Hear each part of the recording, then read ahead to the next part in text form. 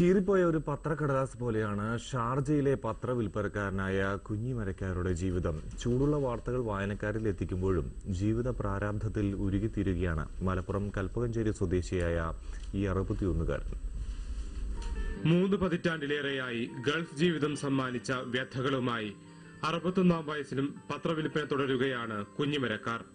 ചുടുവാദം പലപ്പോഴും ശരീരത്തെ തളർത്തുമെങ്കിലും തളരാത്ത മനസ്സിന്റെ ബലത്തിൽ പുലർച്ചെ 4-ന് എഴുന്നേൽക്കും. പ്രഭാത പ്രാർത്ഥനയ്ക്കായി പള്ളിയിലേക്ക്. തൊട്ടടുത്ത കഫറ്റീരിയക്കാർ നൽകുന്ന ചായയാണ് ഊർജം. തുടർന്ന് പത്രങ്ങൾ ഏറ്റെടുത്ത് തരംതിരിച്ച് വിൽപ്പനയ്ക്ക് സജ്ജമാക്കുന്നു. ഏതെങ്കിലും വണ്ടിക്കാരുടെ ഔദാര്യത്തിൽ ലക്ഷ്യസ്ഥാനത്തേക്ക്. സൈക്കിളോ മറ്റു വാഹനമോ സ്വപ്നമായതിനാൽ കാൽനട തന്നെ ശരണം.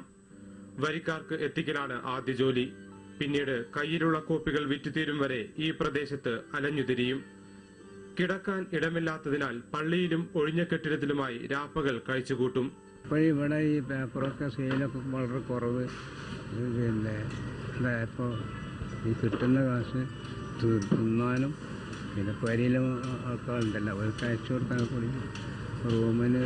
പിന്നെ ഞാൻ എൻ്റെ പ്രായം അനുസരിച്ച് റൂമിലാരും കയറ്റുന്നുമില്ല, താമസിപ്പിക്കുന്നുമില്ല. പൈസ കൊടുക്കാന്ന് പറഞ്ഞാൽ ഇയാളെ എത്തുന്നത് എങ്ങനെ കിട്ടുക, എങ്ങനെ തരാന്നുള്ള ഒരു വിശ്വാസക്കുറവ്. പത്രം വിറ്റ് കിട്ടുന്ന വരുമാനം കൊണ്ട് ഭാര്യയും 4 മക്കളും അടങ്ങുന്ന കുടുംബത്തെ പോറ്റണം. രോഗിയായ ഭാര്യയും മകനും ചികിത്സയ്ക്കും മക്കളുടെ പഠനത്തിനും പണം കണ്ടെത്താനുള്ള നെട്ടോട്ടത്തിലാണ് ഇദ്ദേഹം. പക്ഷേ മനസ്സ് ചെല്ലുന്നിടത്ത് ശരീരം എത്താതായപ്പോൾ എങ്ങനെയെങ്കിലും നാട്ടിലെത്തിയാൽ മതിയെന്ന ചിന്തയായി.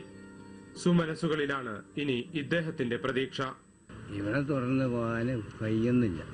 ഇങ്ങനെ ഈ വെയിലും കൊണ്ട് നടക്കാൻ കഴിയുന്നില്ല. ആടുകയാണ് അങ്ങോട്ട് പോകുമ്പോൾ ഇങ്ങോട്ട് പോണമായിട്ട്.